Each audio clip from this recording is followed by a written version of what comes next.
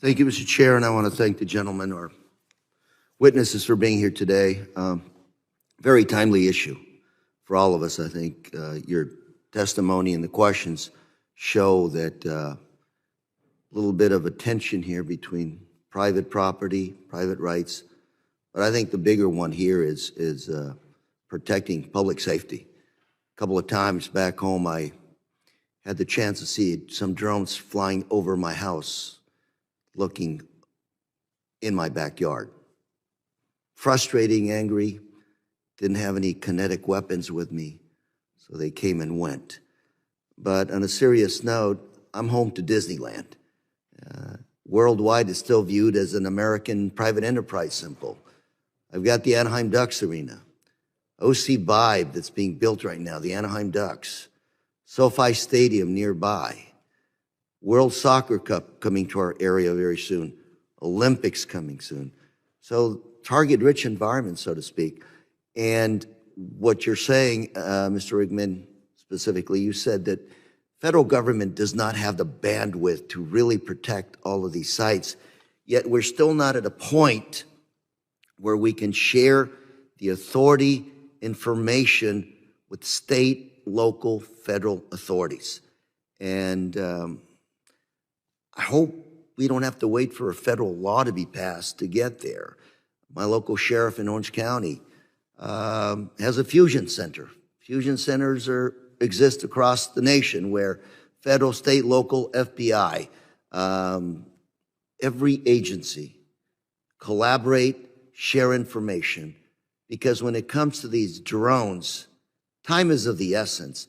Authority to neutralize these things is of the essence. And I guess my question to each and every one of you, starting with Mr. Jones, do you know of any efforts right now to coordinate with our locals to begin sharing, creating the local authority to be more effective at protecting our citizens? Mr. Jones. I can speak broadly and just outside of just counter UAS. We are working with our federal, state, and local partners on a daily basis. Whether it's counter fentanyl, counter UAS, just general public safety, they're our partners. We're all on the same team.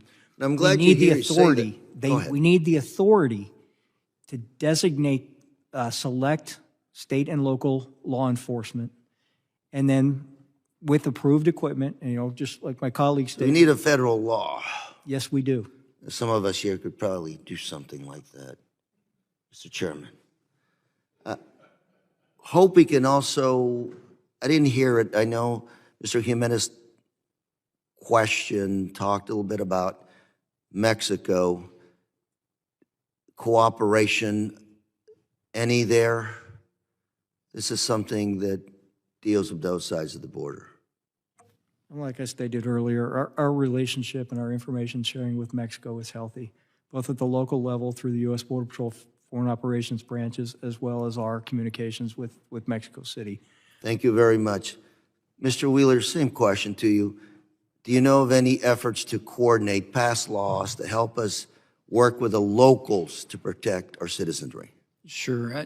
I would illustrate as maybe a good example for the situation in New Jersey and our Newark division we talked about earlier.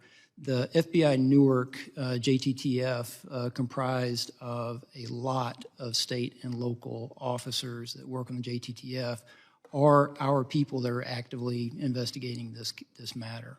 Are there any efforts to pass legislation that you're aware of to give the locals the authority to neutralize, monitor these aerial vehicles? Well, that's not my purview for the legislation, but I can certainly tell you I support capacity building for Mr. Wigman, my last 30 seconds. That's what we're here for, Congressman. There's a Senate bill, there's a couple of House bills. All of them, to different degrees, would provide additional authority to the states, both at a minimum to do detection only, and then on a pilot program beyond those to do bills, mitigation as well. So that's what we're here beyond for. those bills, any other authorities that are needed to be vested in the locals to do their job? I think those bills are where we should focus, and coming up with something that's will work. Thank you very much, Mr. Chairman. I'm out of time. I yield.